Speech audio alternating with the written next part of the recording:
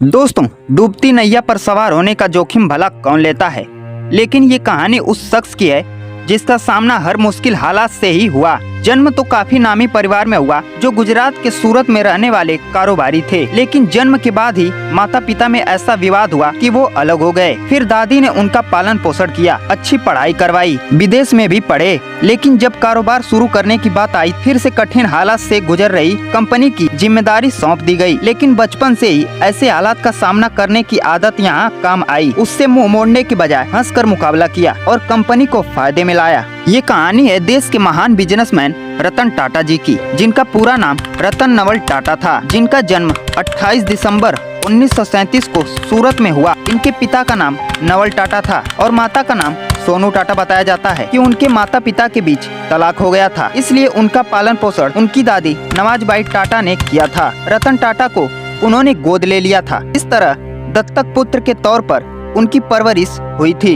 वहीं रतन टाटा के पिता ने तिमोन टाटा से दूसरी शादी की थी, इसलिए रतन टाटा का एक सौतेला भाई भी है जिसका नाम है नोएल टाटा। रतन टाटा ने शुरुआती पढ़ाई मुंबई की कैथेड्रल और जॉन केनल स्कूल में की। इसके अलावा अमेरिका की कॉर्नेल यूनिवर्सिटी से स्ट्रक्चरल इंजीनियरिंग की पढ़ाई साल 1962 में की थी। आखिर में हार्वर्ड यूनिवर्सिटी से 1975 में एडवांस मैनेजमेंट प्रोग्राम किया था। दोस्तों, अब बात करते हैं रतन टाटा के सक्सेस स्टोरी की। रतन टाटा बिजनेस घराने से थे। पढ़ाई के बाद उन्हें साल 1971 में राष्ट्रीय रेडियो और इलेक्ट्रॉनिक्स कंपनी नेल्को में प्रभावित निदेशक नियुक्त किया गया। जब उन्हें ये काम सौंपा गया, उस वक्त कंपनी बुरे दौर से गुजर रही थी।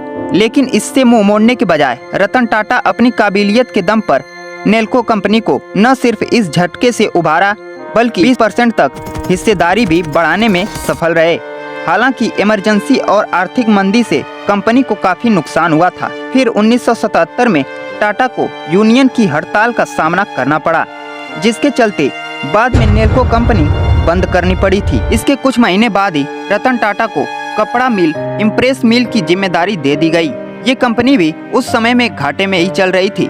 आखिरकार इसे भी बंद करना पड़ा, लेकिन रतन टाटा ने कभी हार नहीं मानी। रतन टाटा कंपनी बंद नहीं करना चाहते थे, लेकिन मजबूरी में ये फैसला लेना पड़ा था। अब भले ही जिन दो कंपनियों की कमान उन्हें दी गई थी उन्हें बंद करनी पड़ी, लेकिन इस बीच रतन टाटा की काबिलियत उनके परिवार को समझ आ गई थी। जितने बुरे हालात में भी उन्होंने कंपनी को काफी हद तक ऊपर उठाया था। उसे देखते हुए JRD टाटा ने साल 1981 में रतन टाटा को टाटा इंडस्ट्रीज के उत्तराधिकारी बनाने की घोषणा कर दी थी। उस समय तक इनके पास ज्यादा अनुभव नहीं था, इसलिए इनका विरोध भी हुआ। यानी ये समय भी उनके लिए मुश्किलों से भरा हुआ था। लेकिन रतन टाटा वाकई में अनमोल रत्न थे। उन्होंने हार नहीं मानी और आगे बढ़ते गए।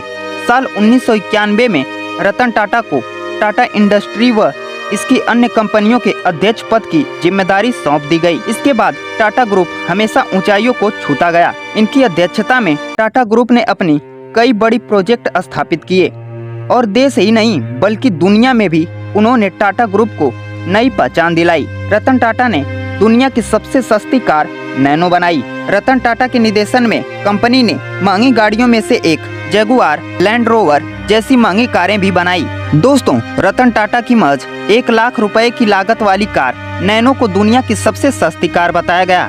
28 दिसंबर 1912 को रतन टाटा को टाटा ग्रुप के सभी कार्यकारी जिम्मेदारियों से रिटायर कर दिया गया। हालांकि रतन टाटा ने अपने 21 साल के कार्यकाल में कंपनी को उस शिखर पर पहुंचाया जहां जाने के लोग सपने देखते हैं। दोस्तों, साल 1998 में उस समय टाटा मोटर ने अपनी पहली पैसेंजर कार इंडिका बाजार में उतारी थी। आपको बता दें, ये रतन टाटा का ड्रीम प्रोजेक्ट कहा जाता था, लेकिन रतन टाटा जी ने जैसा सोचा वैसा हुआ नहीं। टाटा मोटर घाटे में जाने लगी। रतन टाटा ने पहली बार कंपनी को बेचने का फैसला किया था। कंपनी बेचने के लिए अमेरिका की कंपनी फोर्ड के पास गए। उस समय रतन टाटा और फोर्ड कंपनी के मालिक बिल फोर्ड के बीच घंटों मीटिंग हुई।